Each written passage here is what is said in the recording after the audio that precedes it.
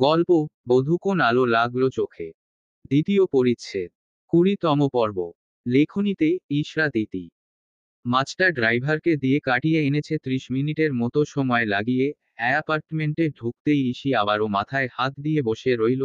8 KG মাছ কিভাবে ধুবে বুঝতে পারছে না সে। দেখেই গা গুলোচ্ছে তার।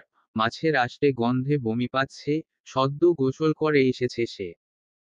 ইরফান বোনের দিকে অপরাধীর মতো কিছুক্ষণ তাকিয়ে থেকে বলে, আমি তোকে চমকে দিতে এনেছিলাম মাছটা, তুই যে কোমায় চলে যাবি বুঝিনি। স্টুপিড, আমি এগুলো এখন কিভাবে ধোবো? ইরফান মুখে চবর্গীয় শব্দ করে বলে, এই তোকে মেয়ে হতে কে বলেছিল রে, নারী জাতির কলঙ্ক। সর সামনে থেকে। মাঝভর্তি ব্যাগটা নিয়ে ইরফান সিংকের কাছে এগিয়ে যায়।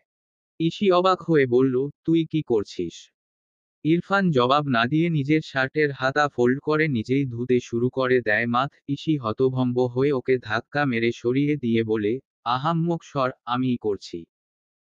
ইরফান আবারও এগিয়ে এলো। দুই ভাইবোন মিলে বহু কষ্টে 8 কেজি মাছ ধুলো তো ধুলো, মুইনিশির গোটা কিচেনটাই নোংরা করে দিল। এরপর ইসি সেগুলো পরিষ্কার করলো আরও এক দফা। অন্যদিকে ইরফান মাছগুলো বক্স ভর্তি করে ফ্রিজে রাখতে রাখতে বলল, শালা তোর মতো একটা বোন থাকলে সেই ভাই বুঝে যায় শান্তি কাহাকে বলে। ভালোবেসে একটা মাছ এনেছিলাম, তুই ইতিহাস করে ছাড়লি। এই তোর স্বামীকে আজ আমি একটা স্যালুট করে যাবই যাব। কি নিয়ে ঘর করছে ভদ্রলোক। এদিক থেকে আমার ইনু বেস্ট, মেয়েটা সব দিক থেকে ভালো ছিল, শুধু পি ফর প্রীতমের পাল্লায় পড়ে গোল লাগিয়েছে। ইসি কপাল কুঁচকে ফেলে। ঠিক তখনই কলিং বেল বেজে ওঠে। দ্রুতপায়ে হেঁটে যায় ইসি সেদিকে। বাইরে দাঁড়ান ব্যক্তিটার মুড ঠিক নেই, ভীষণ রাগী লাগছে। আজ থানায় মন মেজাজের ফালুদা হয়েছে বলাই বাহুল্য। কপালের শিরা দৃশ্যমান। রাগে ঘিলু টগবগ করে ফুটছে ফরাজির। ক্লান্ত লাগছে শরীরটা, ভীষণ ক্লান্ত লাগছে। ইসি দরজা খুলে দিতেই কি হলো, মানুষটার সমস্ত ক্লান্তি, মেজাজ খারাপ নাই হয়ে গেল নিমিষেই। ধীরে ধীরে কপালের রেখাগুলো বিলীন হলো সামনে হাসিমুখে আবেগময় আমন্ত্রণ নিয়ে দাঁড়িয়ে থাকা রমণীকে দেখে। একজন ক্যাটকেটে, দৃঢ় মেজাজি অফিসার ঠিক এখানেই শান্ত হয়, বউয়ের মুখ দেখে, যদি সে পুরুষ হয়। পুরুষ মানুষ এখানেই শান্ত হয়, এখানেই, যদি সে আসলেই পুরুষ হয়। পুরুষতান্ত্রিক সমাজে এমন আহ্লাদিত, না মানতে চাওয়া সত্যি কথা আর দ্বিতীয়টি নেই। ইসি হেসে বলল, ইরফান এসেছে। নিচে গাড়ি দেখেছি। মাছ নিয়ে এসেছে, ওকে দিয়ে মাছ ধুয়েছি। মুইন আশেপাশে তাকিয়ে ঠান্ডা গলায় বলল, শেম অন ইউ, মিঠু। ইয়েটাই জাস্ট লাভ মাইসেলফ। ইসি হাসতে হাসতে দরজা লাগায়। ইরফান ততক্ষণে কিচেন থেকে হাত ধুয়ে বেরিয়ে মুইনকে সালাম দেয়। মুইন ওর সালামের জবাব দিয়ে বলল, করেছোটা কি? এসব কেন এনেছো? তার আগে বলুন এই গাধিকে কেন টলারেট করছেন, ওকে আমার সাথে দিয়ে দিন। আপনি শান্তিতে থাকুন ভাইয়া। মুইন সামান্য হাসল। ইরফান টিস্যু পেপার দিয়ে হাত মুছে বলল, আমি এখন আসছি। সে কি? খেয়ে যাবে এখন? মুইনিশি দুজনে ওকে আটকে রাখতে চাইলেও পারল না। বাড়ির সবাই ইরফানের জন্য খাবার টেবিলে অপেক্ষা করছে বলে চলে যায় ইরফান তারা দেখিয়ে। ও চলে যেতেই মুইন রুমে ঢুকলো, ইনশিরাহ ঢুকলো তার পিছু পিছু। তখন থেকে খেয়াল করেছে মুইনের মেজাজ ঠিক নেই, মুড ঠিক নেই। আয়নার সামনে দাঁড়িয়ে ইউনিফর্মের বোতামে আঙ্গুল রাখতেই হুট করে পেছনে থেকে ইসি হাত বাড়িয়ে মুইনের হাত দুটো ধরল। মুইন ওর দিকে তাকায়। ইনশিরাহ ঘুরে ধীরে ধীরে মুইনের সামনে এসে দাঁড়ায়, অতঃপর খুব যতনা একটা একটা করে মুইনের ইউনিফর্মের বোতামগুলো খুলে দেয়। মুইন তাকিয়ে তাকিয়ে দেখল শুধু, এমন নরম দুটো হাত খুব যতনা তার ইউনিফর্মের বোতাম খুলে দেবে। এটা মুইনের স্বপ্ন ছিল, বহুদিন পরে যা পূর্ণতা পেল। ইনশিরাহ মুইনের ইউনিফর্ম খুলে নিয়ে রেখে দিয়ে বলতে থাকে, আজ খুব প্রেসার গিয়েছে। হু, ছোট করে জবাব দেয় মুইন। ইনশিরাহ ঘরের মধ্যে পায়চারি করে স্বামীর জিনিসপত্র গুছিয়ে রাখতে রাখতে বলল, ভাত এখনই খাবে? না প্লিজ, খানিক বাদে, খিদে নেই। ইনশিরাহ গিয়ে টেবিলে খাবারের বাটিগুলো ঢাকা দিয়ে আসে। এসে দেখে মুইন বিছানায় চুপচাপ শুয়ে আছে। লোকটা ঘরের বাইরে মেজাজি হলেও ইসির সাথে ছিল সব সময় সর্বোচ্চ নরম, সহনশীল এবং খোশ মেজাজি। এভাবে উদাসীন লাগেনি মুইনকে কখনো। ইসি রুমের দরজা ধরে দীর্ঘক্ষণ দাঁড়িয়ে থাকার পরে হুট করে বলে ওঠে, আপনার লাইফে কি অনেক ঝামেলা? বাইরে আপনার কর্মক্ষেত্রে কি খুব কাজের চাপ যাচ্ছে? বাড়িতেও আপনার নিষ্কর্মা বউ কি আপনাকে খুব চাপে রাখছে? ঘরে বাইরে কোথাও আপনি একটুও স্বস্তি পাচ্ছেন না? জীবনের চূড়ান্ত হতাশা এসে আপনাকে গ্রাস করেছে। তাহলে এই ভর দুপুরে এক কাপ কফির সাথে হতাশাটুকু গিলে ফেলার আমন্ত্রণ রইল আপনার, চিনি 2 চামচ তো। মুইন মাথা তুলে দেখল ইসিকে, ইসির মুখভঙ্গি গম্ভীর অথচ চোখে মুখে খেলা করছে দুষ্টুমি। মুইন হেসে ফেলল, বলল, হো 2 চামচ। ইসি দুজনের জন্য 2 কাপ কফি বানিয়ে নিয়ে বসল মুইনের কাছে। ক্লান্ত মুইন ওর নরম হাতটা ধরে কাছে টেনে বলল, খুব নাটুকে হচ্ছ। ইনশিরা হাসতে হাসতে কফির কাপ নিয়ে মুইনের গায়ে মিশে যায়। প্রেরণা সোশ্যাল নেটওয়ার্কিং সাইটগুলোতে খুব কম বিচরণ করে। 2 দিন আগে একবার দেখেছে ইনু তাকে একটি ফ্যামিলি গ্রুপে সংযুক্ত করেছে, সেখানে ইরফান মির্জা আছে দেখে প্রেরণা বেরিয়ে যেতে চেয়েছিল, পরে ইনুর খারাপ লাগবে বলে লিভ নেয়নি। 2 দিন ধরে ওদের 2 বোনের কথোপকথন দেখছে প্রেরণা। প্রথমে বিরক্ত লাগলেও এখন প্রেরণার ভালো লাগে গ্রুপটা। সে কোন কথা বলে না যদিও, যা বলার ইনশিরা আর ইনুই বলে। প্রীতম, মুইনও মাঝে মাঝে 2-একটা কথা বলে, তবে প্রেরণা, ইহান, ইরফান, সেহা একেবারেই নীরব। অবসরে গ্রুপটাতে ঢুকে ওদের কথোপকথন দেখতে খারাপ লাগে না। প্রেরণার জীবনে কখনো এতটা ফুরসত মেলেনি এভাবে আড্ডা দেওয়ার। ইনশিরা আর ইনায়াকে দেখলে মাঝে মাঝে অবচেতন মনে প্রেরণা হিংসা করে বসে। আজ ছুটির দিন, সকাল সকাল 10 মিনিটের মতো মোবাইল ঘাটাঘাটি করেছে সে। এর মাঝে দেখেছে ইহান তাজওয়ার মির্জা তাকে ফ্রেন্ড রিকোয়েস্ট পাঠিয়েছে। খুব স্বাভাবিকভাবেই প্রেরণা গ্রহণ করেছে। ফোনটা রেখে উঠে প্রেরণা আয়নার সামনে গিয়ে নিজের হাল দেখে, শুকিয়ে পাটকাঠি হয়েছে একেবারেই। কদিন ধরে আগের মাপের ব্লাউজগুলোও ফিট হচ্ছে না। এই হাল শাওকাত দেখলে প্রেরণাকে আস্ত রাখত না বকে। বিবাহিত জীবনে শাওকাতকে সে ছুটিছাটা মিলিয়ে প্রতি বছর 4 মাসের মতো কাছে পেত। যতদিন শাওকাত তার কাছে থাকত তাকে জোর করে রেগে ধমকে খাইয়ে ওজন বাড়িয়েই রাখত। আর এখন প্রেরণা কখনো কখনো ভুলেই যায় সে আজ সারাদিনে খায়নি। প্রীতম জিজ্ঞেস করলে আন্দাজে বলে দেয়, খেয়েছি ভাই। একটা বড় শ্বাস ফেলল প্রেরণা। শুদ্ধ এলো রং পেন্সিল আর ক্যানভাস নিয়ে, সে ছবি আঁকবে। প্রণমী এলো আপুর কাছে বসে থাকবে।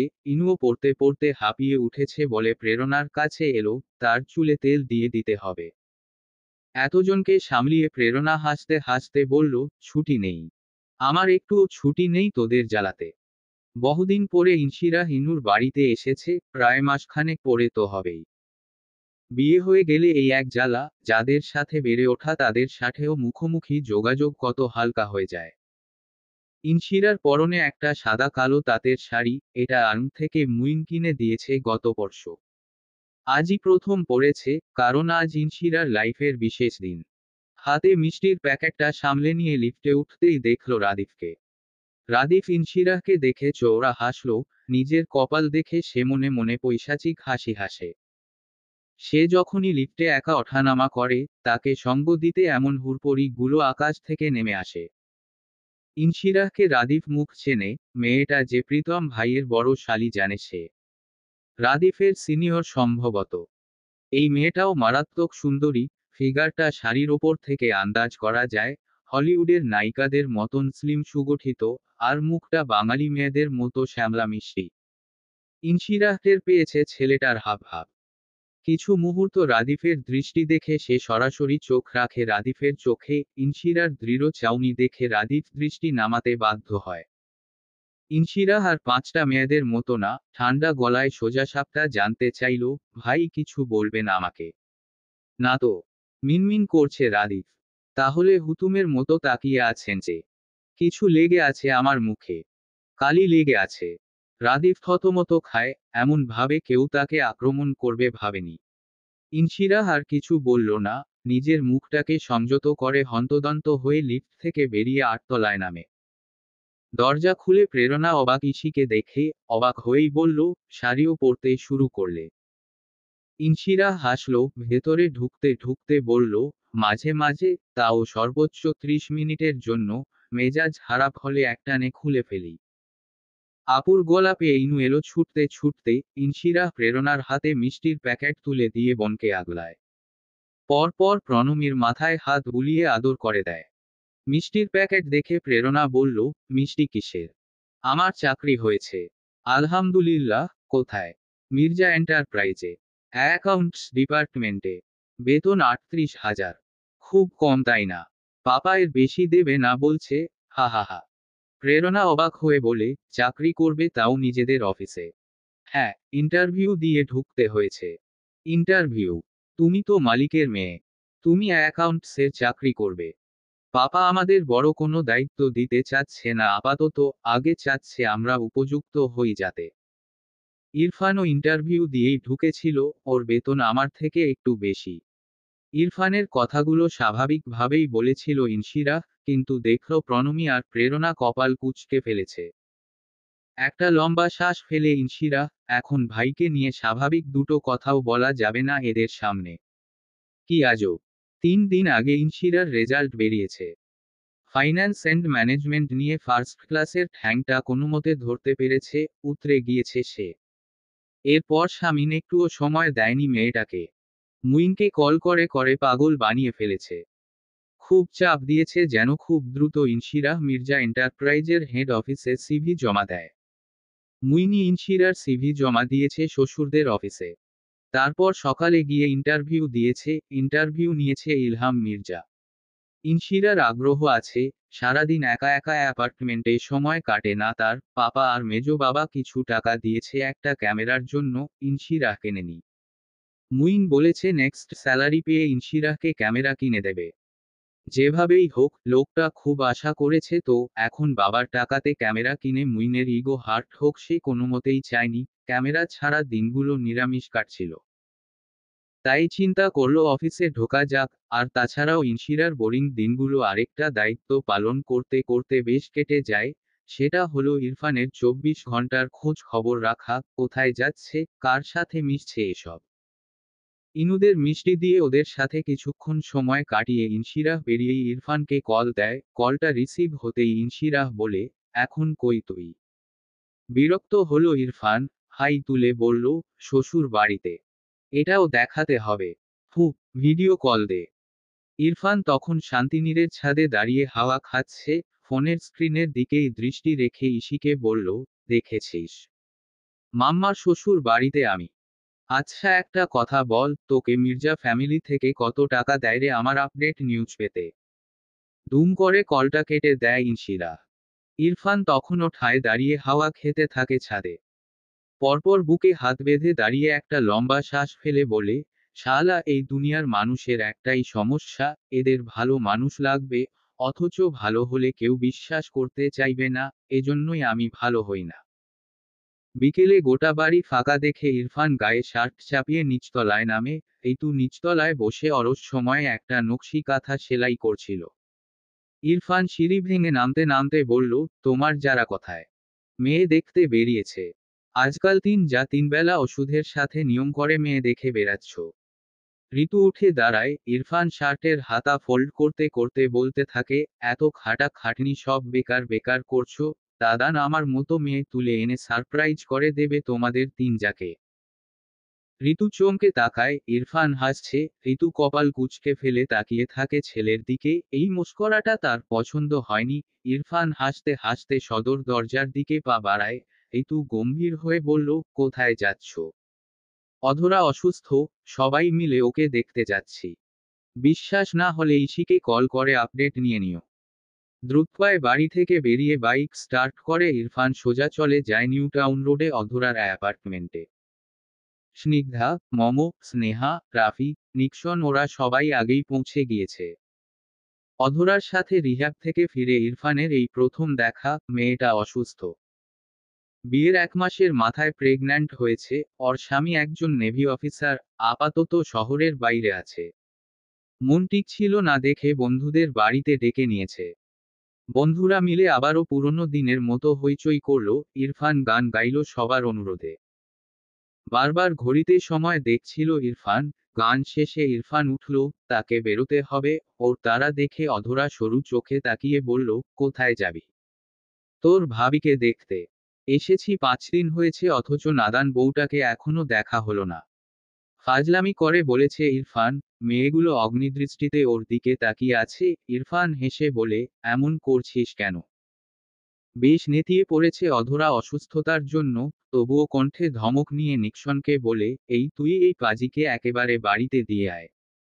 এটাকে একা ছাড়িস না। অধরার অ্যাপার্টমেন্ট মানে নিউটাউন রোড থেকে ধরনী রেসিডেন্সিয়াল এরিয়ায় যেতে সর্বোচ্চ আধা ঘন্টা লাগে। ইরফান বাইক চালাচ্ছে খুব স্লো, পেছনে বসে নিক্সন সেই তখন থেকে ওকে বিবরণ দিয়ে যাচ্ছে তাদের কোন বন্ধুরা এখন কোথায় আছে।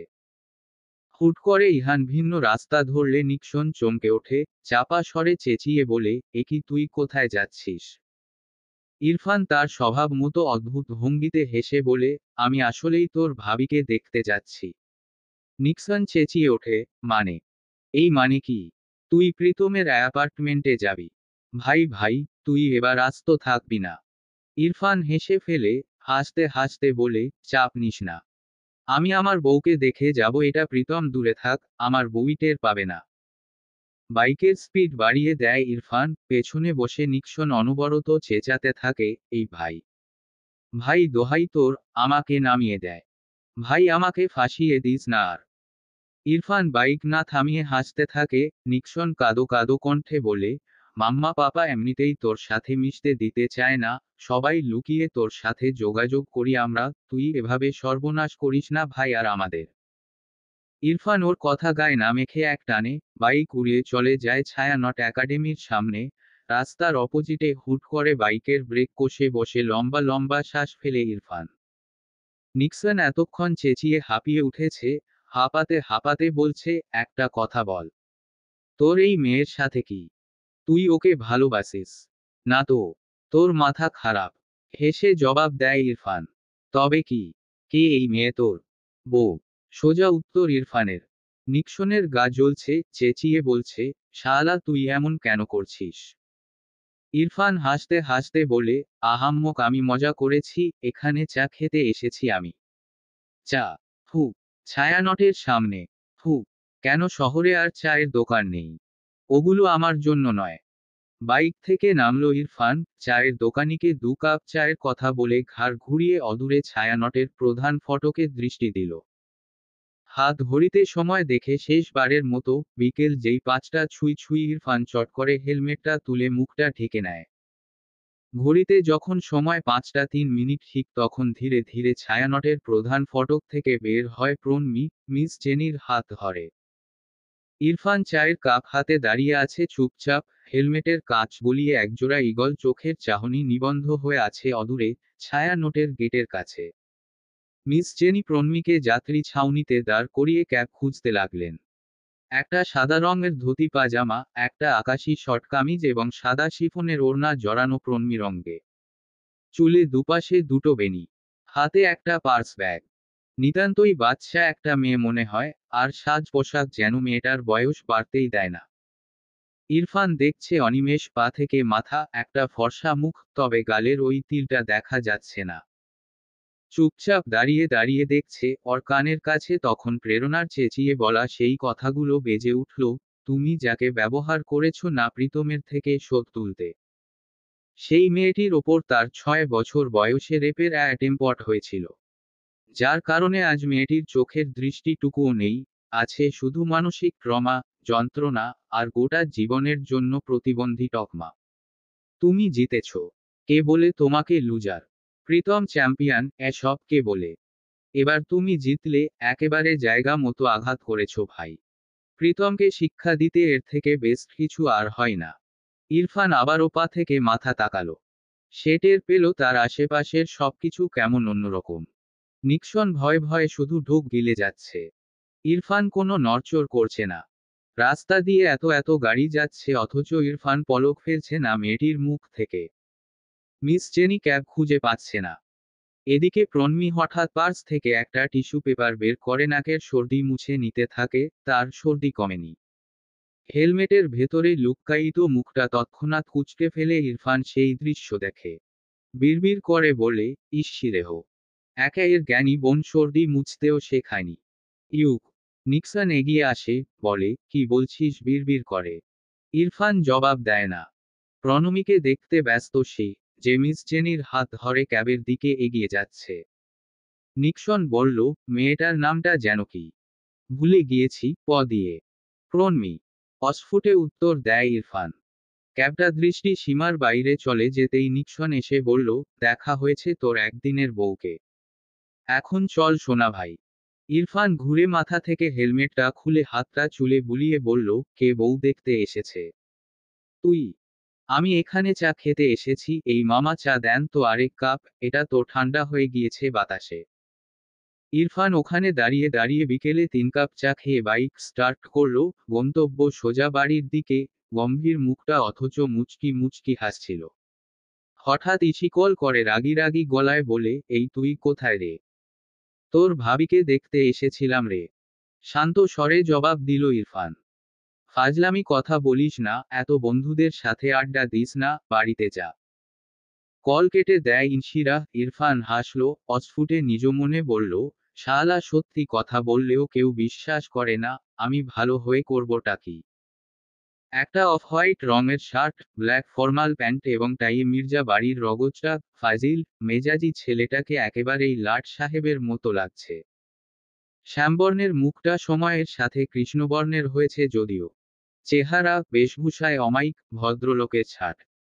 কে বলবে এই 26-এর তরুণ একটা গোটা পরিবারকে চিন্তায় রাখে 24টা ঘন্টা। হাত ঘড়ি ঠিক করতে করতে গুনগুন করে যখন সিঁড়ি বেয়ে নামছিল ও, মার্জিত বেশভূষায় ওকে দেখে নিচতলায় দাঁড়ান সিনিয়র 3 মির্জা হা করে তাকিয়ে থাকে। আলো শামিনদের 3 ভাইয়ের জন্য 3 কাপ কফি নিয়ে আসে, ইরফানের দিকে তাকাতেই মুখ থেকে আপনা আপনি অস্ফুটে বেরিয়ে যায়, মাশাআল্লাহ। ইরফান সবার দিকে তাকিয়ে সামান্য হেসে বড় মাকে, অফিস যাচ্ছি, বলে বেরিয়ে যেতে নিলে সামিন হঠাৎ বলে ওঠে, কমপ্লেইন যেন না আসে। ইরফান ঘুরে তাকায়, বলে, আসবে না, মন দিয়ে হিসেব দেখব। তোমার ব্যবহার নিয়ে কোনো কমপ্লেইন যেন না আসে। সেটা বলছিলাম। কফির কাপে চুমুক দিয়ে বরফ ঠান্ডা গলায় সামিন বলে। ইরফান বড়বাবার মুখের দিকে কিছু মুহূর্ত তাকিয়ে থেকে টিফিন বক্স নিয়ে বাড়ি থেকে বেরিয়ে যায়। সামিন, ইলহাম, ইসমাম আজ একটু দেরি করে কাজে বেরোবে। গ্রামের বাড়ি থেকে লোক আসবে বংশীয় জমিজমা সংক্রান্ত আলাপ আলোচনা করতে। আলোরা আজ রান্নাঘরে খুব ব্যস্ত, কমসে কম 50 জন মানুষ খাবে দুপুরে। ইরফান অফিসে গিয়ে পৌঁছানোর 5 মিনিট পরে ইসি এলো হাঁপাতে হাঁপাতে, লিফট প্রয়োজনে বন্ধ করে রাখা হয়েছে তাই 6 তলা অবধি সিঁড়ি বেয়ে এসেছে। ইরফান ওকে দেখে বলল, তুই লেট। আর তুই ফাস্ট। এটা ভালো গুণ। হ্যাঁ, তুই তো খুব ভালো ছেলে, খুব ফাস্ট। যেমন তোর জন্মানোর ডেটের 2 মাস আগে জন্মেছিলি। মেজো মাকে কষ্ট দিয়ে প্রিম্যাচিওর বেবি ইরফান। ভাইকে ভেঙচি কেটে ইনশিরাহ জবাব দিল। ইরফান তাচ্ছিল্যের হাসি হেসে বলল, আর তুই খুব ম্যাচিওর। ভিডিও দেখেছি আমি। হ্যাঁ। কে যেন সেদিন বরের কোলে বসে তার গলা জড়িয়ে ধরে চিল্লিয়ে কেঁদেছে আর বলেছে, মাম্মা পাপা দেখো লোকটা আমার জন্য কাঁদছে, মাম্মা পাপা দেখো আমি ফাইনালি একটা ন্যাড়া পেয়েছি মাথায় কাঁঠাল ভাঙার জন্য সারা জীবন। ন্যাক্কা। মেয়েদের মতো কণ্ঠস্বর করে ইরফান কথাগুলো বলে উচ্চ শব্দে হাসতে থাকলো। ইনশিরাহ কপাল কুঁচকে রাগী রাগী চোখে ভাইকে কিছুক্ষণ দেখে হিসেবের খাতায় মনোযোগ দিল, পরপর কম্পিউটারে সেটা তুলে নিল। ইরফান বোনের দিকে টিফিন বক্সটা এগিয়ে দিয়ে বলল, বড়মা পাঠিয়েছে। এখন থেকে টিফিন আমি নিয়ে আসবো ও বাড়ি থেকে। তোর কষ্ট করে কিছু বানিয়ে আনতে হবে না। ইনশিরাহ লুফে নিল টিফিন বক্স, মায়ের হাতের রান্না যে। কাজ রেখে গোগ্রাসে গিলতে থাকলো আলোর হাতের মোগলাই পরোটা। এর মাঝে মুইন এক ফাঁকে কল করলে ইনশিরাহ ভিডিও কলে দেখালো ইরফান আর সে অফিসে কি কি করছে। মুইন 2 মিনিট সময় দিতে পারল ওকে, তারপর ব্যস্ত হয়ে পড়ায় কল কাটে। কাজ করতে গিয়ে ইনশিরাহ দুবার আটকালো হিসেবে, ইরফান ওকে দেখিয়ে দিল কোনোরকম মেজাজ না দেখিয়ে। ভাইয়ের পরিবর্তন আর চোখে দেখেইছি। ফোনটা হাতের কাছে অথচ গেমস খেলছে না। সিগারেট খাওয়ার জন্য নির্লজ্জতা করছে না। সুন্দর মতন কাজ করে যাচ্ছে একটানা। এক ফাঁকে ফোনটা হাতে নিয়ে ইহানকে এসব মেসেজ করে দেয় সে। ইহান দায়িত্ব দিয়েছে ওকে অফিসে কি হয় না হয় সবকিছুর খবর দিতে। এর মাঝে অ্যাকাউন্টস ডিপার্টমেন্টের হেড এসে আরো দুটো হিসেব দেখতে দিল ইরফানকে। আনিসুল হক এই অফিসের হেড অব অ্যাকাউন্টস সেকশন। বেতনভুক কর্মচারী হলেও মালিকের ছেলেমেয়ের ওপর কর্তৃত্ব দেখাতে পেরে পৈশাচিক হাসি হাসে সে মনে মনে। ইরফান ভদ্রছেলের মতো সেই হিসেব দুটো দেখে উঠে দাঁড়ায়, এখন একটা সিগারেট না ধরালে বড্ড বেশি ভণ্ডামি হয়ে যাবে। ইরফান এতটা ভণ্ড না। কিন্তু আনিসুল হক আরও দুটো হিসেব এনে তার হলুদ দাঁতের পার্টি বের করে বলে, আরও দুটো হিসেব দেখে দাও। লাঞ্চ টাইম যে হয়নি, মালিকের ছেলে বলে কাজে ফাঁকি দেয়া যাবে না। ইরফান আগের ইরফান হলে আনিসুল হক থাকতো না। ইরফানের ঠোঁটের আগায় খুব মার্জিত একটা গালি এসেছিল, যদিও সে বহু কষ্টে আটকে দিল সেটাকে। এর মাঝে সামিন ইয়াসার ঢুকেছে অফিসে, সে ঘণ্টাখানেকের মতো থাকবে এখানে। ইলহাম বাড়িতে রয়ে গিয়েছে।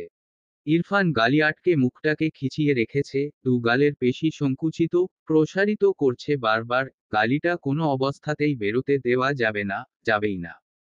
আনিসুল হক পৈশাচিক হাসি হাসতে হাসতে চলে যায়। সামিন এসে গম্ভীর মুখে ইরফানের সামনে দাঁড়িয়ে বলে, কি হয়েছে? মুখটাকে এমন করছো কেন? একটা লম্বা শ্বাস ফেলল ইরফান, বলল, বড় বাবা, এটা মুখের এক্সারসাইজ। প্রফেসর শিখিয়েছে, 3 বেলা করতে হয়। হু, কাজ করো, বলে কেবিনে ঢোকে সামিন। ইরফান আরও একটা লম্বা শ্বাস ফেলে বিড়বিড় করে বলে, সুধীর ভাই আনিসুল। ইসি মোগলাই পরোটা খেতে খেতে বলল, কিছু বললি রে? না রে, তুই খা। সিগারেটের প্যাকেট ড্রয়ারে পুরে রেখে আবারও কম্পিউটারের সামনে বসে পড়ল ইরফান মির্জা। আজ প্রেরণার সবথেকে ব্যস্ততম দিন শুদ্ধকে নিয়ে। আগামী পরশু শুদ্ধ ইবনে ওয়াশিতের জন্মদিন। প্রতিবারের থেকে শুদ্ধ এইবার বেশি এক্সাইটেড তার জন্মদিন নিয়ে, কারণ তার বন্ধুরা। এবছর ঘুরে ঘুরে শুদ্ধ সব বন্ধুদের বার্থডে পার্টি দেখেছে, সে চাচ্ছে ঠিক ওভাবেই উদযাপন করতে তার জন্মদিন। যাকে যাকে শুদ্ধ ইনভাইট করবে, তাকে শুদ্ধর পছন্দের কস্টিউমে সেজে আসতে হবে, এটা শুদ্ধর এবছরের জন্মদিনের থিম। মাম্মাকে নিয়ে ইতিমধ্যে শুদ্ধ কিছু চরিত্র বেছে নিয়েছে। প্রেরণা ছেলের এমন বাচ্চামি প্রথমে লাই দিতেই চায়নি, পরে যখন তীব্র আগ্রহ আর উত্তেজনায় ভরা ছোট মুখের দিকে তাকালো, বুকটা মোচড় দিয়ে উঠল প্রেরণার। শাওকাত ওয়াশিদ বেঁচে থাকলে তিনি কি কখনো ছেলের এমন আবদার ফেরাতেন? অবশ্যই না। দুনিয়া উল্টে গেলেও ছেলেকে বেজার করতেন না তিনি। জন্মদিন অনুষ্ঠানের অর্ধেক খরচ প্রীতম দেবে বলেছে সাফ সাফ। প্রেরণা নিষেধ করতে পারেনি ভাইকে, শুধু বলেছে, যা করবি ইনুর সাথে কথা বলে করবি। সবকিছুই ইনুর সাথে কথা বলে করেছে প্রীতম, শুধু শ্বশুর বাড়ি থেকে নিমন্ত্রিত অতিথিদের লিস্ট বাদে। মুইনিশি দুজনকে আলাদা করে কল করে প্রেরণা ইনভাইট করেছে, আর ও বাড়ি থেকে ইরফান মির্জা ব্যতীত সবাইকে কল করে নিমন্ত্রণ করেছে। একটা সমস্যার সূত্রপাত এখান থেকেই হয়েছে। যখন বোকাসোকা অবুঝ ইনু জানল প্রীতম তার মেজো দাদানকে ইনভাইট তো দূরে থাক, যখন শামিনকে সপরিবারে নিমন্ত্রণ করেছে তখন ইরফানের নামটা পর্যন্ত মুখে উচ্চারণ করেনি। সন্ধ্যা থেকে এ নিয়ে ভীষণ অস্থির হয়ে উঠেছিল ইনু। নরম মনের মেয়েটা তো সবসময় দেখে ইনশিরাহ আপুর বাড়িতে সবসময় যায় মেজো দাদান, কত মজা করে ওরা, মেজো দাদান কত কি নিয়ে যায় আপুর জন্য, কিন্তু কখনো তার বাড়িতে আসতে পারে না। আচ্ছা সে না হয় মেনে নিল, মেজো দাদান দোষী, আসার দরকার নেই, তাই বলে প্রীতম এতটা অসামাজিক কি করে হতে পারে। ভীষণ মন খারাপ লাগলেও প্রীতমকে শুরুতে কিছু বলতে ইচ্ছে হয়নি তার। কিন্তু পরে যখন দেখল আশেপাশের কিছু মানুষ, যারা অতটা কাছেরও নয়, তাদেরও প্রীতম কত আন্তরিক হয়ে ইনভাইট করেছে, তখন থেকে সমস্যাটা শুরু করেছে ইনু। রাতে প্রেরণা আর প্রীতম যখন খাচ্ছিল, খাওয়া প্রায় শেষ। ইনু হন্তদন্ত হয়ে গিয়ে দুই ভাইবোনের সামনে দাঁড়ায়। কারণ বোঝাপড়াটা এই দুই ভাইবোনের সাথেই তার। সরাসরি বলল, মেজো দাদানকে ইনভাইট করেছো? প্রীতম বেসিনে হাত ধুয়ে আবারও চেয়ারে বসে ঠান্ডা গলায় বলল, না। কেন? বড় বাবাকে বলেছি সপরিবারে আসতে, তোমার মেজো দাদান তো পরিবারের বাইরে নয়। কিন্তু ঢং করে তো প্রত্যেকের নাম আলাদা করে উচ্চারণ করেছ, মেজো দাদানের কথা তোলনি কেন? প্রীতম প্রেরণা দুই ভাইবোন দুজনের দিকে তাকায়। প্রেরণা উঠে যেতে চায় এই ঝামেলা থেকে, সে জানতো এমন কিছু এখন থেকে ঘটতেই থাকবে রোজ। ইনু বলল, দাঁড়ান আপু, কথা আপনার সাথেও আছে। দাঁড়ায় প্রেরণা। প্রীতম খানিকটা ধমকে বলে, আপুকে টানছো কেন এর মধ্যে? শ্বশুর বাড়ি তো আমার, আপুর নয়। কিন্তু তুমি তো আপুর কথা মতো চলো। ইনু দুম করে বলে দেয় কথাটা। কথাটা খুব কটু লাগলো প্রেরণার কাছে, কিন্তু কোনো জবাব দিল না। সে জানে ইনু এমন করে ভাবার মেয়ে নয়, মাথা ঠিক নেই দেখে বলে ফেলেছে। কিন্তু প্রীতম ধমকে ওঠে ইনুকে, বলে, এই তুমি কি মিন করতে চাচ্ছ? আমাদের দুজনের মাঝে আপুকে টানছো কেন? ইনু প্রীতমের ধমকটা নিতে পারেনি, হঠাৎ ফ্যাচ ফ্যাচ করে কেঁদে ওঠে। সারাদিনের মন খারাপ, বিতৃষ্ণা সব জল হয়ে গড়িয়ে নামে চোখ থেকে। প্রণমী ঘরে বসে ভাবির কান্না শুনছিল চুপচাপ। ইনু কাঁদতে কাঁদতে চেঁচিয়ে প্রীতমকে বলল, অসামাজিক লোক একটা। কি হতো আমার মেজো দাদানকে ইনভাইট করলে? সে চলে আসতো। এই আমার মেজো দাদান কখনো আসতো? বললে কি হতো একটু? মেজো দাদান যখন আমাকে ইনভাইট করে তখন তো বলে, তোর স্বামী আর তুই আসিস। তুমি কেন বললে না তার কথা? আর আসলেও কি হতো আমার বাড়িতে? তোমার বোনকে এতগুলো লোকের সামনে থেকে আমার মেজো দাদান খেয়ে ফেলতো। না তো। প্রণমী চুপচাপ ভাবির কথাগুলো শুনছে। প্রীতম হতভম্ব হয়ে তাকিয়ে আছে ইনুর দিকে। প্রেরণার মেজাজ বিগড়ায়, ধমকে বলে, মাইন্ড ইয়োর ল্যাঙ্গুয়েজ ইনু। যাও ঘরে, ঘুমাও। কাল সকালে তোমার সাথে আমি এ নিয়ে ঠান্ডা মাথায় কথা বলবো। ইনু শান্ত হয় না, প্রেরণার ধমকটা তার গায়ে আরো রাগ ধরিয়ে দিল। বলল, হ্যাঁ এটাই তো পারেন আপনারা ভাই বোন দুজন। আমাকে ধমকাতে, ডমিনেট করে রাখতে, খুব সহজে। প্রীতম তৎক্ষণাৎ টেবিলে একটা চাপড় মেরে চেঁচিয়ে বলে, একদম আপুর সাথে বেয়াদবি নয়। যাও ঘরে। এক্ষুনি যাও। ইনু জেদ করে দাঁড়িয়ে থাকে। প্রেরণা ভাইয়ের ওপর চেঁচায়, আস্তে কথা বল। দুজনে যা ঘরে। এক্ষুনি যা। বলে প্রেরণা নিজেই চলে যায় নিজের ঘরে, গিয়ে দরজা বন্ধ করে দেয়। ইনুর হাত ধরে টানছে প্রীতম, ইনু নড়ছে না। ধৈর্যের বাঁধ ভেঙে গিয়ে প্রীতম চেঁচিয়ে বলে, এত যখন মেজো দাদানের জন্য বুক পড়ে তখন আমার কাছে এসেছিলে কেন প্রেমের প্রস্তাব নিয়ে? জানতে না এমনই হবে। ও আমার শত্রু। কথাটায় খুব আহত হয় ইনু, কান্না আটকে রেখে বলল, এসেছি বলে দোষ করেছি আমি। প্রীতম নিজেকে সামলে নিয়ে এবার নরম হয়, বলে, এমনটা মিন করতে চাইনি ইনু। ইনু আর দাঁড়ালো না, এক ঝটকায় প্রীতমের হাত সরিয়ে দিয়ে রুমে গিয়ে উপুর হয়ে শুয়ে রইল চুপচাপ, কাঁদতে লাগলো। প্রেরণার ঘরের বাতি অফ হলো, প্রণমী গিয়ে চুপচাপ বিছানায় শুয়ে পড়ল গুটিসুটি মেরে। প্রীতম অসহায়ের মতো ডাইনিংয়ে কিছুক্ষণ দাঁড়িয়ে থেকে একটা সিগারেট ধরিয়ে চলে যায় বারান্দায়। সিগারেটটা 20 মিনিটে শেষ করে ধীরে ধীরে রুমের দিকে এগোয়। রুমে পা রাখতেই সে হতবাক। দরজা আটকে দেখল ইনু তখনও কাঁদছে, তার শরীরটা কাঁপছে রীতিমতো। ইনুর একটা সমস্যা আছে, বেশি কাঁদলে খুব অসুস্থ হয়ে পড়ে। প্রীতম ছুটে এগিয়ে যায় বউয়ের কাছে। বিছানায় উঠে ইনুকে টেনে কাছে নিয়ে বলে, এই ইনু। কি হয়েছে? ইনুর রাগ একটুও কমেনি, একটুও না, তার বিরক্ত লাগছে প্রীতমকে। প্রীতমের হাত সরিয়ে দিতে চায়, তবে পারল না। হঠাৎ ইনু চাপা স্বরে চেঁচিয়ে, হাঁপাতে হাঁপাতে বলে, কি লাগবে? আদর করতে দিতে হবে এখন। এটুকু বলে ইনু গলা থেকে ওড়না সরিয়ে দিয়ে বলে, নাও। তারপর আমার চোখের সামনে থেকে বিদায় হও। প্রীতমের ফর্সা, সুদর্শন মুখটাতে অন্ধকার নেমে আসে মুহূর্তে। সে চূড়ান্ত আহত আর হতভম্ব হয়ে তাকিয়ে আছে ইনুর দিকে। ইনু উঠে নিজের কামিজ খুলতে গেলে প্রীতম ওর হাত দুটোকে শক্ত করে ধরে থামিয়ে দেয়। তীব্র অপমানে একটা চর বসানোর অভিপ্রায় হয়েছিল ইনুর গালে, কিন্তু মেয়েটার ক্রন্দনরত মুখটা দেখে আর পারল না।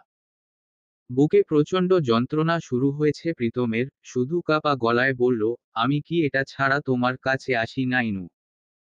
তোমার জন্য মেজো দাদানকে, পাপাকে কত কথা শুনিয়েছি বিয়ের আগে, এখন মেজো দাদানের জন্য তোমাকে কথা শোনাচ্ছি। তোমরা কেন বোঝো না? আমি তোমাদের সবাইকে চাই। আমার ভালো লাগে না এসব। আর ভালো লাগে না।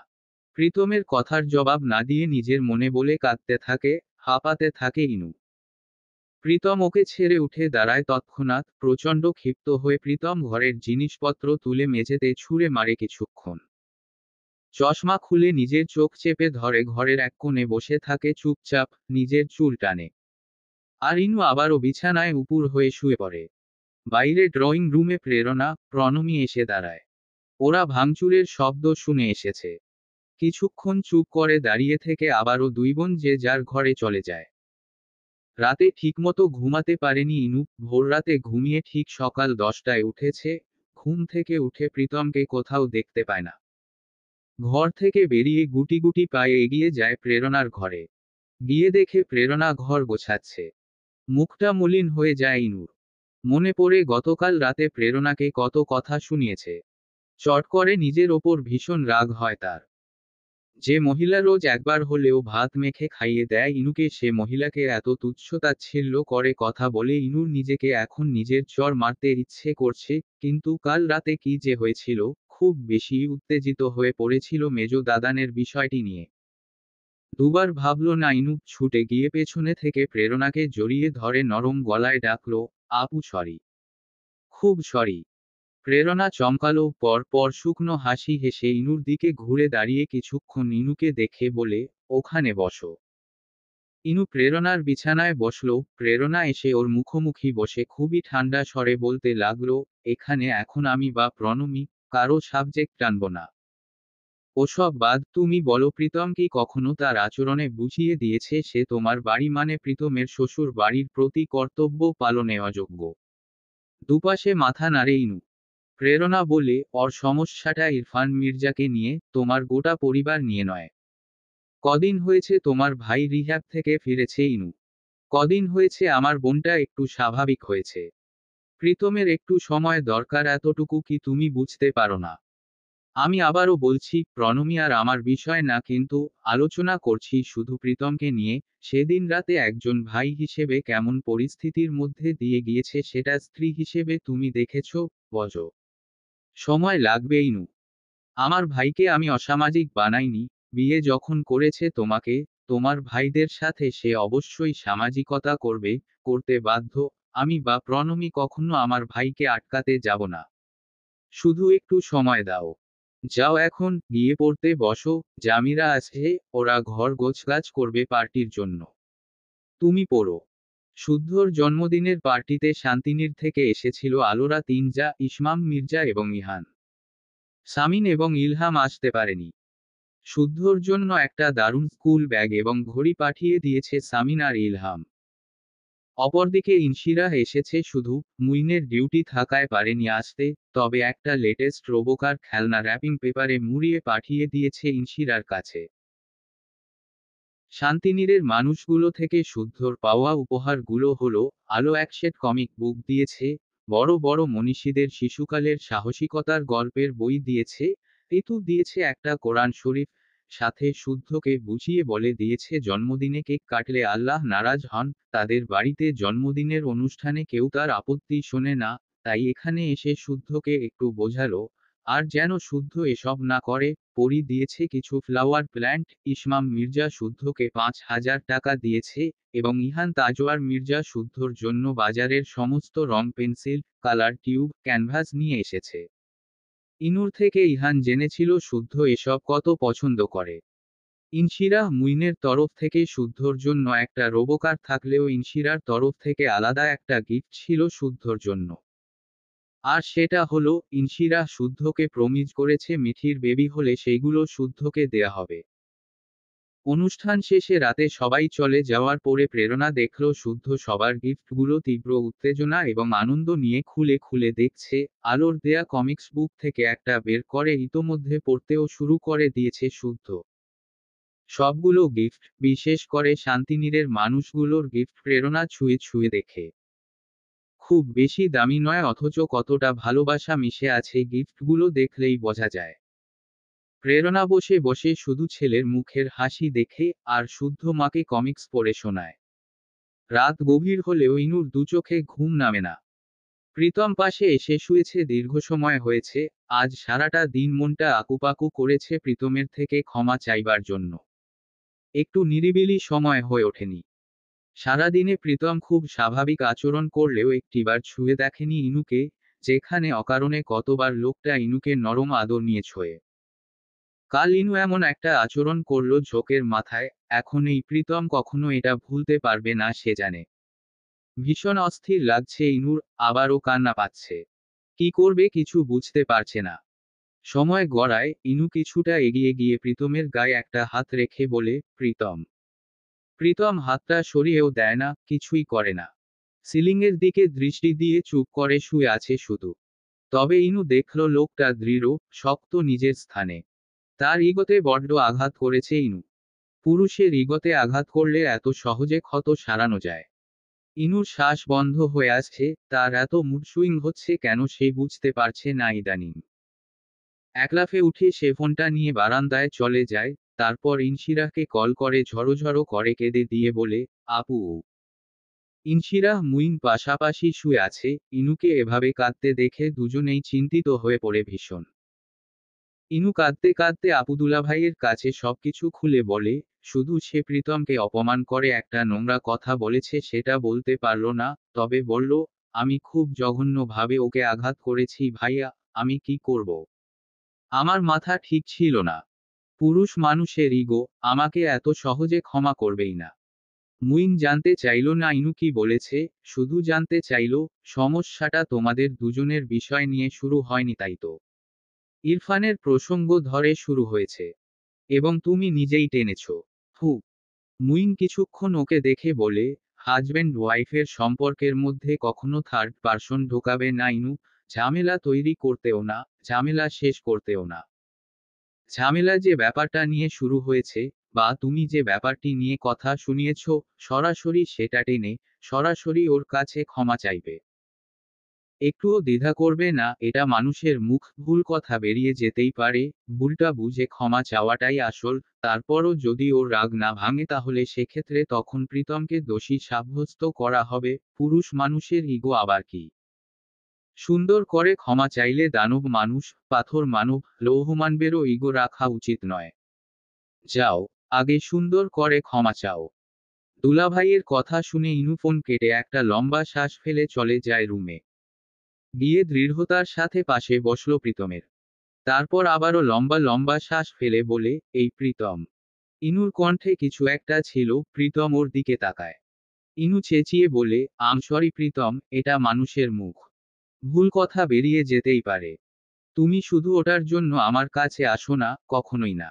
আম সরি জান। জান ডাকলো ইনু প্রীতমকে। প্রীতম তাকিয়ে আছে চুপচাপ, নির্বিকার ভঙ্গিতে। তার হঠাৎ ওয়াশরুমে যাওয়ার প্রয়োজন হলো, তাই সে কিছু না বলে ওয়াশরুমে চলে গেল। এদিকে বোকা ইনু এটাও প্রীতমের ইগো, রাগ ভেবে মুখে ওড়না চেপে ডুকরে কেঁদে ওঠে। 5 মিনিট পরে প্রীতম ওয়াশরুম থেকে বেরিয়ে এসে ইনুকে ওভাবে কাঁদতে দেখে চুপচাপ দাঁড়িয়ে রয় কিছুক্ষণ। তারপর গিয়ে বিছানায় বসল চুপচাপ। এই মেয়েকে ঠিক কিভাবে বোঝাবে, কিভাবে শাসন করবে, কিভাবে আদর করবে, কিভাবে ভালোবাসবে প্রীতম বুঝতে পারছে না, এতটা অবুঝ কি করে একটা প্রাপ্তবয়স্ক মেয়ে হয়। প্রীতম বসতে ইনু ছুটে এসে ওকে পেছনে থেকে জড়িয়ে ধরে কাঁদতে লাগলো, দম বন্ধ করা কান্নার মাঝে হঠাৎ কোনো মতে বলে উঠল, কাছে এসো প্লিজ। আমি মরে যাব নয়তো। ছাড়ে না প্রীতমকে ইনু। প্রীতম ঘুরে বউকে কিছুক্ষণ দেখে ওকে টেনে কাছে নিল। হাঁপাতে ইনু বলল, তুমি শুধু ওটার জন্যই আমাকে কাছে টানো না, আরো অনেক কিছুর জন্য আমার কাছে আসো। আমি চাই তুমি এভাবেই আমার কাছে আসো। প্রীতম আর কখনো হবে না এমন। ওকে হুট করে আগলে নেয় প্রীতম, আস্তে ধীরে বলল, চুপ করো, শরীর খারাপ করবে। ইনু চুপ করে না, বারবার ক্ষমা চাইতে থাকে। প্রীতম ওর মাথায় হাত বুলিয়ে দিয়ে বলে, আমিও সরি ইনু। তোমাকে ওভাবে কথা শোনানোর জন্য। তুমি বেশ করেছো আমার কাছে প্রেমের প্রস্তাব নিয়ে এসে, বেশ করেছো।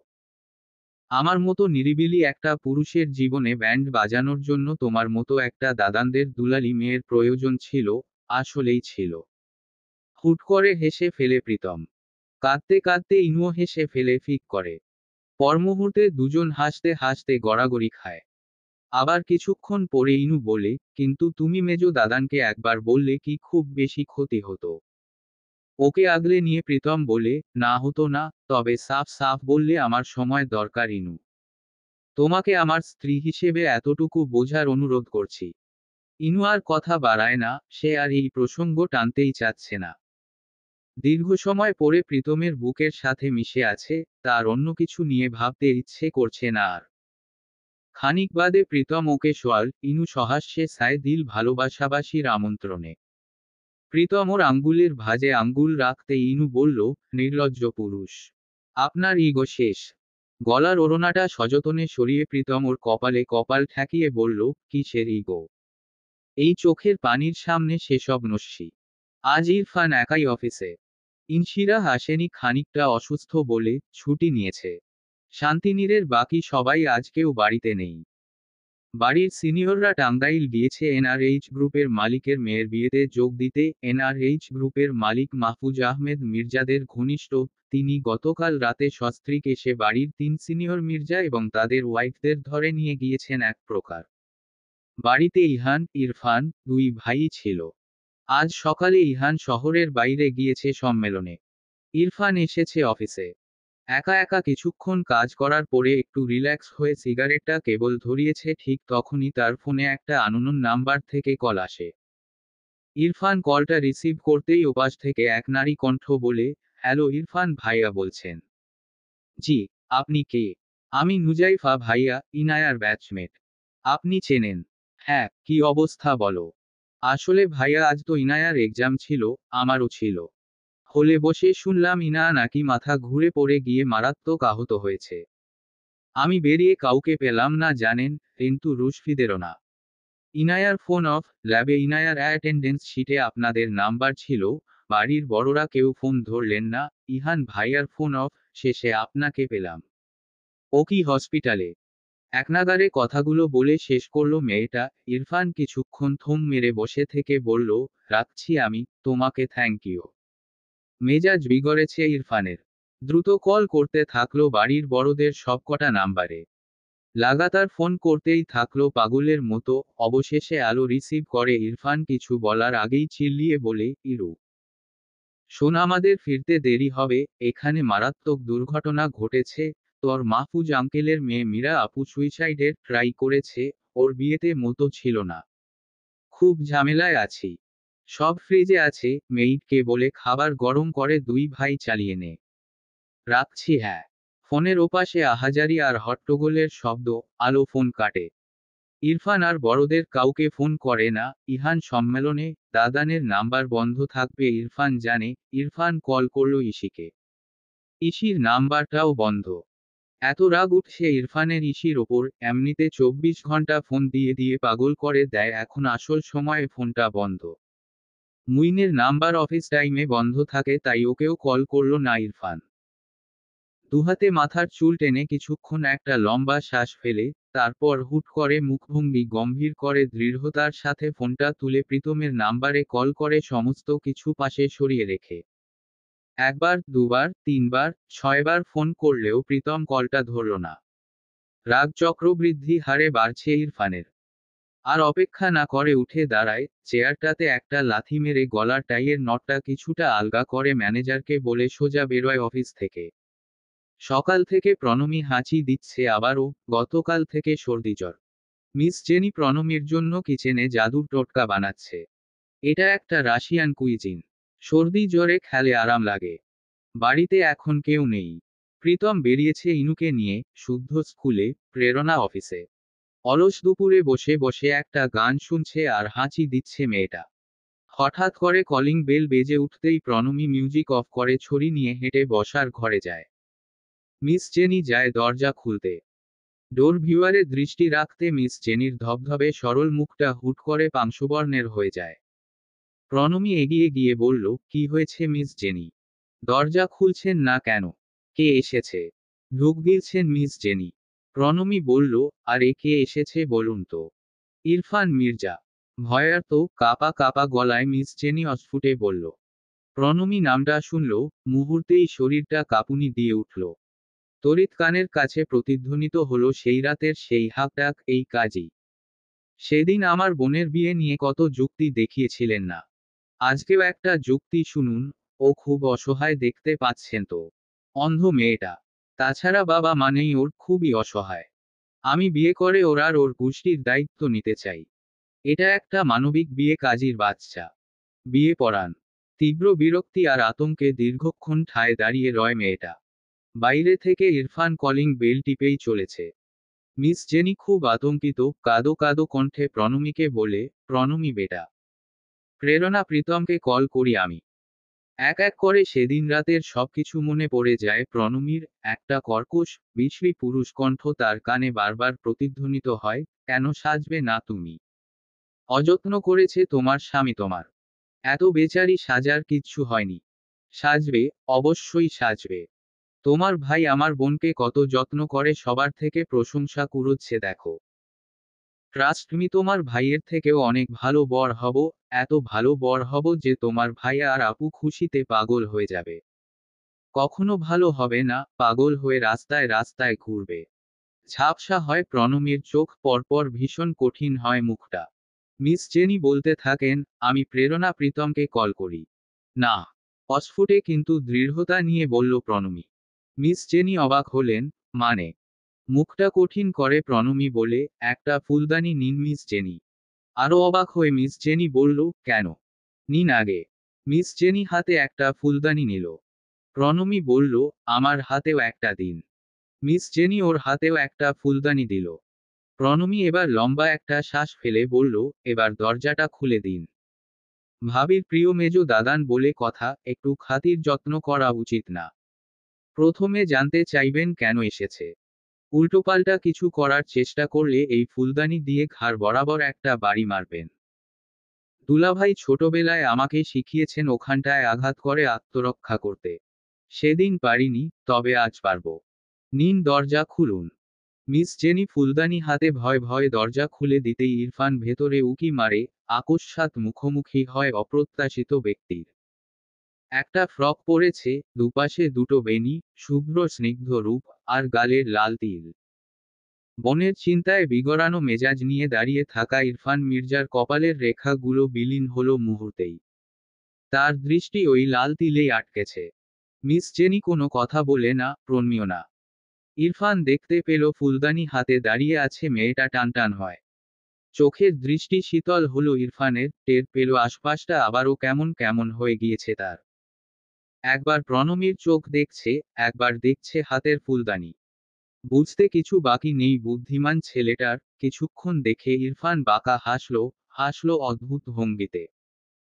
গলার টাইয়ের নটটা ঠিক করে, প্যান্টের দু পকেটে হাত গুজে টান টান হয়ে দাঁড়ায়, পর পর বলে উঠল, কে বলে তুমি বুদ্ধি প্রতিবন্ধী? তুমি হচ্ছ ভীষণ স্যায়ানা একটা মেয়ে। থানা চত্বরে কালো ল্যান্ড ক্রুজারটা বেশ কিছুক্ষণ হয় থেমেছে। এই আসনের সাংসদ লিয়াকত চৌধুরীর গাড়ি ওটা, যিনি এখন অবস্থান করছে থানা প্রাঙ্গণে। গোটা এরিয়ার পরিবেশ থমথমে। আজ নিয়ে দুদিন ধরে লাবিব চৌধুরীর জামিন আটকে ছিল, অবশেষে আজ সাময়িক জামিন পেয়েছে। কপাল জোরে। তদন্ত সুষ্ঠু হলে আবারও ঢুকতে হবে তাকে পুলিশ কাস্টডিতে। তার শহর ছাড়ার ওপরে নিষেধাজ্ঞা বসিয়েছে কোর্ট।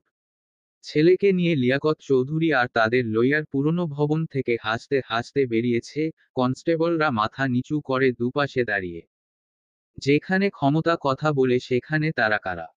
এত বড় মার্ডার কেসের প্রমাণ হালকা করে ঠিক সাময়িক জামিন করিয়ে নিয়েছে এরা। মুইন কঠিন মুখে নিজের কার্যালয়ের বারান্দার রেলিং ধরে দাঁড়িয়ে আছে, টানটান হয়। 3 দিন সময় লেগেছে এদের জলজ্যান্ত প্রমাণগুলোকে উকিলের চৌকস চালে ঝাপসা বানিয়ে ফেলতে। নিজের পেশার সাথে মশকরা দেখছে মুইন দাঁড়িয়ে দাঁড়িয়ে। ল্যান্ড ক্রুজারটা সাই সাই করে উড়ে চলে যেতেই বিক্ষিপ্ত মেজাজ নিয়ে কেবিনে ফিরতেই দেখল আইজিপি স্যারের ফোন কল। কলটা রিসিভ হতেই আইজিপি সানাউল হক বললেন, এফসিপিবি পোর্টাল চেক করো ফাস্ট।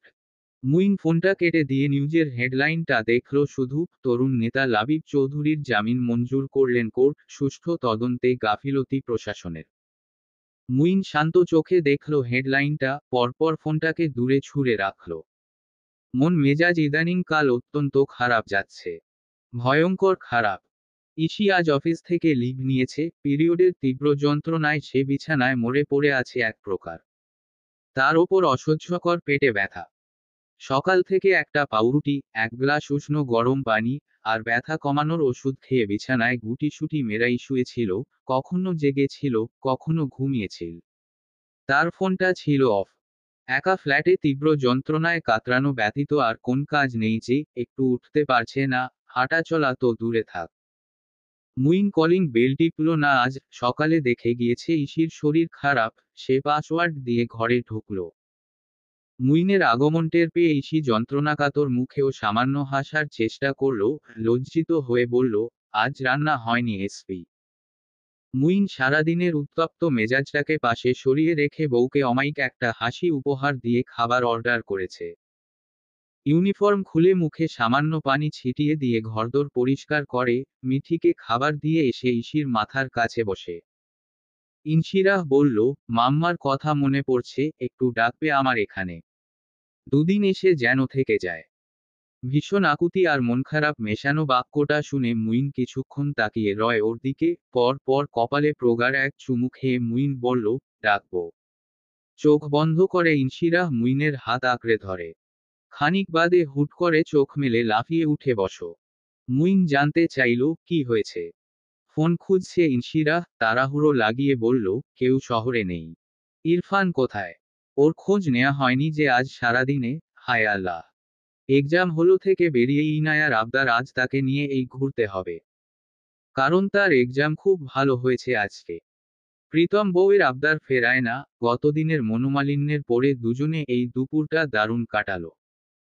যত ধরনের স্ট্রিট ফুড আছে, ভরদুপুরে ইনা সব খেলো, প্রীতমের কোনো কথা শুনল না, নিজের ডায়েটের ধারও ধারল না।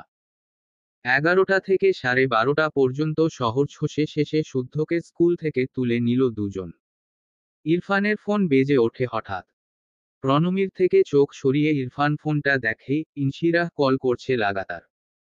ইরফান চুপচাপ ফোনটাকে সাইলেন্ট মোডে রেখে আবারও ঠোঁটে বক্র হাসির রেখা ফুটিয়ে প্রণমীকে বলল, এত বুদ্ধি তোমার! তুমি তো দারুণ ইন্টেলিজেন্ট মেয়ে। প্রণমী একটুও নড়চড় করে না। তীব্র ক্রোধে গলা কাঁপছে, সে কাঁপা কাঁপা গলায় বলে, কি চাই?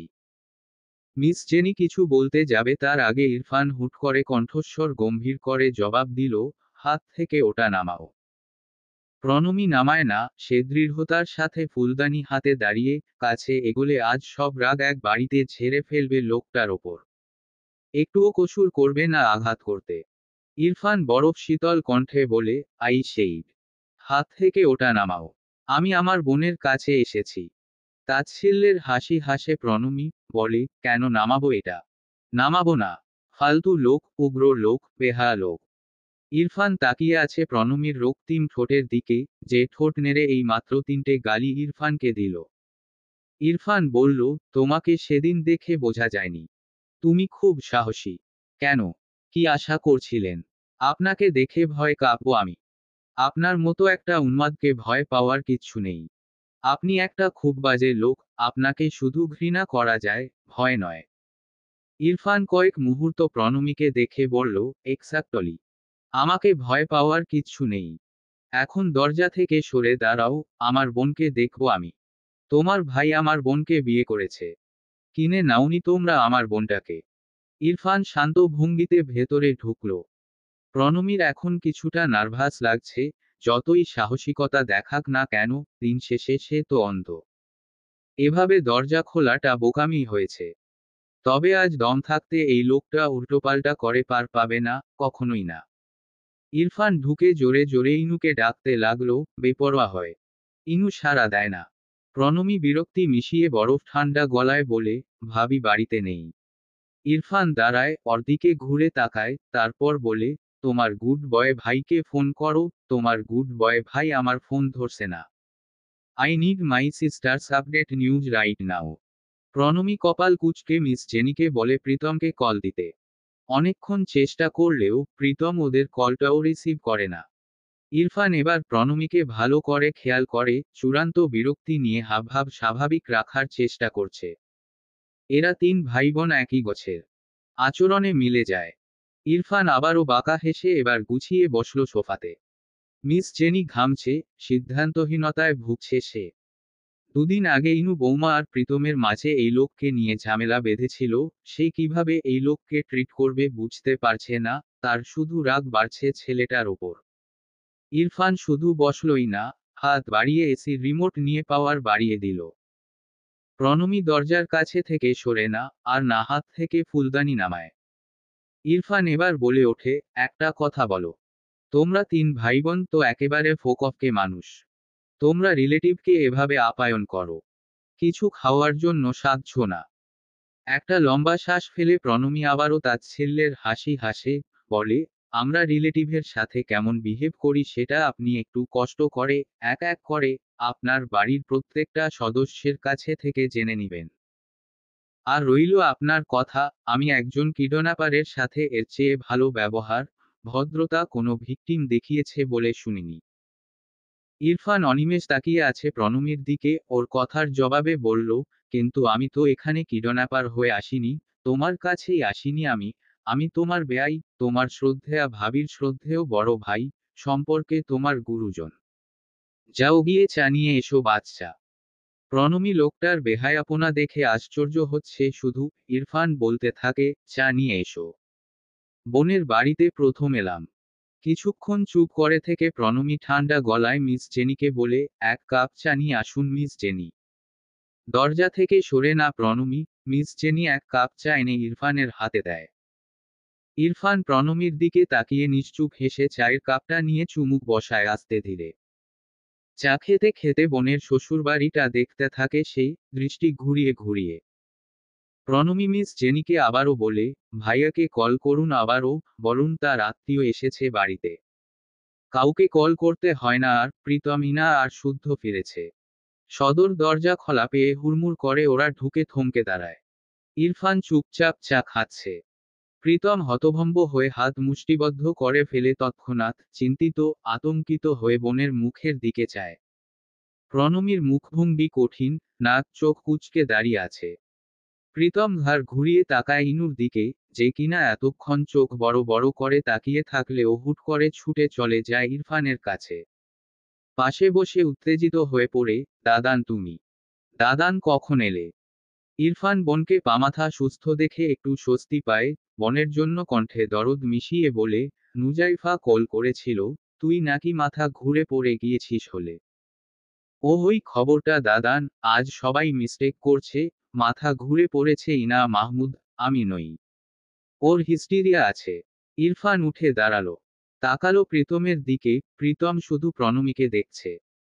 এর মাঝে হুট করে প্রেরণা চলে আসে, বাড়িতে ঢুকে শুরুতেই ইরফান মির্জাকে দেখে সে দাঁড়িয়ে পড়ে থমকে, মুহূর্তেই আতঙ্কিত মুখটা ঘুরিয়ে দেখে নিজের বোনকে।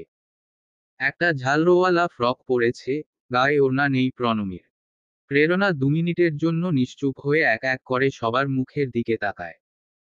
ইনু প্রেরণার দিকে দৃষ্টিতে আকুতি নিয়ে দাঁড়িয়ে আছে, তার দৃষ্টি যেন প্রেরণাকে আকুতি করছে, প্রেরণা যেন এখানে সিন ক্রিয়েট না করে। ইরফান দেখছে প্রেরণা প্রীতম দুই ভাইবোনকে, দুই ভাইবোনের আত্মা উড়ে গিয়েছে তাকে দেখে বুঝে নিল, তাদের অভিব্যক্তি বুঝে ঠোঁটে বক্র হাসি ফুটিয়ে তুলে অত্যন্ত শীতল কণ্ঠে প্রেরণাকে বলল, আসসালামু আলাইকুম আপু। এক প্রকার চমকে ওঠে প্রেরণা, চোখ বড় বড় করে ইরফানকে দেখে। ইরফানের মুখ হাসি হাসি, বড় বাবা খুব করে বলে দিয়েছে, এক কথায় আদেশ করেছে প্রেরণা দা জ্ঞানী আপাকে দেখলেই লম্বা সালাম দিতে। ইরফান খুব বাধ্য ছেলে, তাই সালাম দিয়েছে। এমনিতেও তার দাদানের কল্যাণে ভবিষ্যতে ভাবিমণি ভাবিমণি বলে প্রেরণার আঁচল ধরে ছুটতে হতে পারে, তাই আগে থেকে সালামের প্র্যাকটিস। প্রেরণা যে অনেকটাই চমকেছে তা দেখে একদফা মনে মনে হেসে নেয় ইরফান। প্রেরণা এক পলক ইনুকে দেখে, ইরফানের দিকে দৃষ্টি না দিয়েই অস্ফুটে বলে, ওয়ালাইকুমুস সালাম। ভালো আছেন আপু? নাটুকে স্বর। রাগে গা চিরবিরিয়ে ওঠে প্রেরণার ছেলেটার নাটক দেখে, বারবার ইনুর দিকে তাকায়, মেয়েটার মুখটা মলিন। প্রেরণা নিজেকে শান্ত রেখে মুখটাকে আকস্মাৎ হাসি হাসি করে বলে, আল্লাহ খুব ভালো রেখেছেন। তোমার সব ভালো। দুপক্ষ কি সুন্দর নাটক চালিয়ে যাচ্ছে, ইনু তা বোঝে। সে তবুও মনে মনে চায় এভাবে নাটক করে হলেও যেন সবকিছু একটু স্বাভাবিক থাকে। ইরফান বলল, সব ভালো আপু। আসলে ইনুকে দেখতে এসেছি। মাইন্ড করেননি তো আবার আপু? ইরফান মনে মনে পৈশাচিক হাসি হাসে, দেখতে চাইছে প্রেরণার সহ্য শক্তি। এই দুই ভাইবোনকে জ্বালাতে তার খুব ভালো লাগবে ভবিষ্যতে। প্রেরণা চিবিয়ে চিবিয়ে বলে, মাইন্ড করব কেন? তুমি তোমার বোনকে দেখতে এসেছো। কেউ কারো থেকে কম নয় নাটকে। প্রেরণা প্রণমীর দিকে তাকিয়ে অত্যন্ত নম্রস্বরে বলে, ঘরে যাও প্রণমী। তুমি অসুস্থ। প্রণমী কঠিন মুখটাকে হঠাৎ সহজ করে চুপচাপ চলে যায় ঘরে। ইরফান ওর দিকে তাকালই না। তখন এক ডেলিভারি ম্যান আসে নানা পদের মিষ্টি নিয়ে। এগুলো ইরফান কিছুক্ষণ আগে অর্ডার করেছে। রাজ্যের মিষ্টি দেখে ইনু বলল, এসব কি? তোর বাড়িতে প্রথম এলাম। টেনশনে তখন কিছু কিনে উঠতে পারিনি। আবার তোর স্বামী এটা না ভেবে বসে তার শ্রদ্ধেয় সম্বন্ধী অসামাজিক একজন লোক। তাই সামান্য করলাম।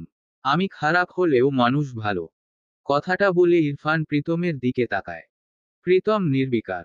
ঘুরে ইরফান এবার ইনুকে বলে, আসছি আমি। দুপুর 2টো বেজেছে তখন। এই দুপুরে দাদানকে না খাইয়ে পাঠিয়ে দিতে মন চাইছে না ইনুর। খুব সাহস করে বলল, দাদান খেয়ে যাবে না। ইরফান দাঁড়ায়। ইনু তখন প্রেরণার দিকে তাকায়। প্রেরণা নির্লিপ্ততা হয়েছিল। ইনুর দৃষ্টি দেখে রোবটিক কণ্ঠে ইরফানকে বলে, খেয়ে যাও। কুটুম বাড়ি তোমার। ইরফানের বেশ মজা লাগছে এই নাটক। সে আরেকটু দেখবে বলে এক বাক্যে রাজি হয়। মিষ্টি করে হেসে প্রেরণাকে বলে, জি আচ্ছা আপু। দাঁতে দাঁত চেপে 2 চোখ বন্ধ করে প্রেরণা একটা দীর্ঘশ্বাস ফেলে ঘরের দিকে যায়। ইনশিরা এক হাতে তলপেট চেপে ধরে উঠে দাঁড়িয়েছে। ইরফান কল রিসিভ করছে না। টেনশন হচ্ছে খুব হঠাৎ। মুইনো চেষ্টা করছে নিজের নাম্বার থেকে, কারও ফোন ধরছে না ইরফান। ইরফান ফোনটা সাইলেন্ট করে তখন একেবারে আরাম করে বসেছে প্রীতমের ড্রয়িং রুমে। প্রণমী নিজের ঘরের দোর লাগিয়েছে। তারপর থেকে টুটা সাউন্ড নেই। প্রীতম ইরফানের মুখোমুখি একটা সোফায় বসে আছে। পরিস্থিতি খুবই শান্ত। ইনু রান্নাঘরে ফ্রিজ থেকে খাবার বের করে সব গরম করছে। প্রেরণা হাত মুখ ধুয়ে এসে রান্নাঘরে ঢোকে। পদের কমতি নেই। গরুর মাংস, ভেটকি মাছ, সজনে দিয়ে পুঁটি মাছ, আম দিয়ে ডাল, তবু আরও 2টো পদ বাড়িয়ে নেয় প্রেরণা। ইলিশ মাছ লাউ পাতায় মুড়ে ভাজে, চিংড়ি মাছের দোপেঁয়াজা করে 30 মিনিটে। ইনু ঘন ঘন দৃষ্টি দিয়ে নিজের ননদকে দেখছে। আপু স্বভাবে রাগী রাগী। আপুর থেকে এমন স্বাভাবিক আচরণ সে আশাই করেনি। সেদিন রাতের পর থেকে আপুর আচরণ তার সাথে খুবই ঠান্ডা। কেমন অস্বাভাবিক ঠান্ডা। প্রেরণা চুপচাপ টেবিল সাজিয়ে প্রীতমকে ডেকে বলে, ওকে নিয়ে খেতে আয়। ইনুকেও খেতে বসতে বলে সবার সাথে। নির্বিকার ভঙ্গিতে প্রেরণা ইরফানের প্লেটে খাবার তুলে দেয়। ইরফান খেলো সামান্য। আর চোখে বার কয়েক প্রেরণা আর প্রীতমকে দেখে। ইনু খেতে খেতে বাড়ির সবার কথা জানতে চায়। ইরফান চুপচাপ জবাব দিতে থাকে। খেয়ে আর ইরফান বসেনি এক মুহূর্তের জন্য। ও উঠে দাঁড়িয়ে বোনের থেকে বিদায় নেওয়ার সময় প্রীতম ইনুকে বলল, আমি নিচ থেকে আসছি একটু। ইরফান, প্রীতম দুজনেই একসাথে অ্যাপার্টমেন্ট থেকে বেরোয়। দরজা লাগিয়ে ইনু দেখছে প্রেরণা মাথায় শাড়ির আঁচল তুলে চুপচাপ ভাত খাচ্ছে। ইনু গিয়ে ভাইয়ের কিনে দেওয়া মিষ্টি গুলো ফ্রিজে ভরে রাখে। তারপর ঘুরে প্রণমীর ঘরের দিকে তাকায়। মিস জেনিকে দিয়ে কিছুক্ষণ আগে খাবার পাঠিয়েছে ইনু সেখানে। প্রণমী লোকটা বেরিয়ে যাওয়ার পরেও ঘর থেকে বেরোচ্ছে না। বিছানার চাদর খামচে ধরে বসে আছে চুপচাপ। লিফটে তারা দুজন, ইরফান এবং প্রীতম। ইরফান চুপচাপ হাতঘড়িতে সময় দেখছে। আর প্রীতম দেখছে ইরফানকে। তার চোখের দৃষ্টি শান্ত। হুট করে ঠিক তখনই লিফটটা একটু থামলো। এই অ্যাপার্টমেন্টের 2টো লিফটের মধ্যে এটাতে সিস্টেমে গোলযোগ দেখা যায় মাঝে মাঝে। ইরফান নিশ্চুপ। হঠাৎ প্রীতম বলে ওঠে, মেজো দাদান, আপনি নাকি ভালো হয়ে গেছেন। ইরফান তাকায় ওর দিকে। প্রীতম ওর দিকে খানিকটা তেড়ে এসে বলে, কেন এসেছিস হুট করে? ইরফান শান্ত ভঙ্গিতে বলল, আমার বোনকে দেখতে। তুই আমার বোনকে বিয়ে করেছিস। কিনে নিসনি। প্রীতম একটা লম্বা শ্বাস ফেলে বলল, শালা, এটাই সমস্যা। তোকে কিছু করতে পারছি না। কি বলতো? আমি আমার বউ, আমার ইনু জানকে বড্ড ভালোবাসি রে। কত রিস্ক নিয়ে বিয়ে করলাম ওকে। ও ওর দাদানকে ভীষণ ভালোবাসে। কষ্ট পাবে বেচারি। কি করতে চাস তুই? শান্ত স্বরে ইরফান জানতে চায়। প্রীতম হুট করে ওর কলার চেপে ধরে বলে, তোর মতো গুন্ডামি না করতে পারলেও বোনের জন্য একটা মার্ডার করতে পারবো, ট্রাস্ট মি। ইরফান হাসল। চুপচাপ কলার থেকে প্রীতমের হাতটা সরিয়ে দিয়ে নিজের মাথায় বুলিয়ে তপ্ত শ্বাস ফেলে বলল, শালা। সরি ভাই, শোন প্লিজ শোন ভাই। আমাকে খোঁচাস না, তোর দোহাই লাগে। আমি চেতে গেলে তোদের 3 ভাই বোনের কপালে খুব দুঃখ আছে রে। প্লিজ খচাস না। আমি ভালো হয়ে গিয়েছি রে, ট্রাস্ট মি। প্রীতম আবারও ইরফানের কলার ধরে বলল, কিচ্ছু যায় আসে না তাতে আমার। শুধু আমার বোনের থেকে দূরে থাকবি। ও বাচ্চা একটা মেয়ে ইরফান, তোর বোনের থেকেও ছোট। এখন একটু লজ্জা হওয়া উচিত তোর। চেঁচিয়ে উঠল প্রীতম, পর পর বলল, শালা আমি সব থেকে অপদার্থ একটা ভাই যাকে বোনের অন্যায়কারীর সাথে মেপে মেপে রাগ দেখাতে হচ্ছে, জাস্ট বিকজ সে বউয়ের দাদান। ইরফান এবার প্রীতমের কলার ধরল, আর আমি শত্রু এসে হঠাৎ বোনটাকে ফুসলিয়ে ফাসলিয়ে বিয়ে করে নিয়েছে। আর সেটা চুপচাপ দেখেছি কারণ ফাকিং আইনি মতে বিয়ে করেছে যে তারা। তো আমি তোর বোনকে ভালোবেসেছি। বিশ্বাস করার মতো ছিল। তুই করতি না, তবে আমি কখনো বদলা নিতে একটা প্রতিবন্ধী মেয়েকে তুলে নিয়ে বিয়ে করতাম না। হঠাৎ চুপ হয়ে গেল ইরফান, প্রীতমের কলার থেকে হাত সরিয়ে নেয়।